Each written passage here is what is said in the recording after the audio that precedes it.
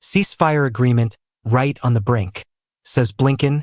As details of deal emerge, U.S. Secretary of State Antony Blinken says a deal for a ceasefire in Gaza and the release of Israeli hostages is right on the brink and closer than it's ever been before. Our Gaza correspondent Rushdie Abulaf says there would be 3 phases to the deal, with 3 hostages released on the first day and Israel beginning to withdraw troops after that. But as our diplomatic correspondent Paul Adams notes, Qatari mediators say both sides could still get lost in the details, and a deal could still fall through.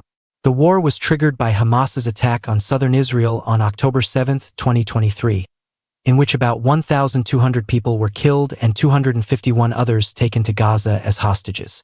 Israel launched a military offensive in Gaza in response, and the enclave's Hamas-run health ministry says more than 46,600 people have been killed there during the war. What's been described as the final stages of negotiations on a deal for a ceasefire and the release of hostages in Gaza has been taking place today.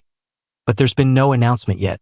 Qatari mediators say the last details for a deal between Israel and Hamas are being discussed after all major issues were resolved. But they've warned that both sides could still get lost in the details, allowing a deal to fall through. A final deal would unfold in 3 phases.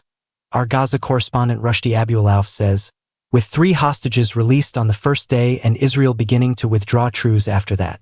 But there's consternation among hostage families, who've demanded any deal ensures all captives are released.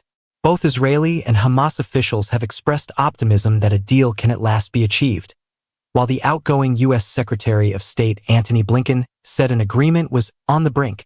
We are wrapping up our live coverage for now, but you can continue to follow developments on our site, with more coverage below. Families of hostages being held in Gaza have been speaking to the BBC World Service's OS program to the news that a ceasefire deal could be imminent. Eyal Calderon is the cousin of Ofer Calderon, who was taken by Hamas from the Nir Uz kibbutz along with his 2 children, who have since been released. He says the children are desperate to be reunited with their father. We are hoping that the deal will be closed soon, and we will reach the moment where we are hugging Ofer. His 4 children will hug him, we will take care of him. We are just hoping to see all of the hostages here in Israel.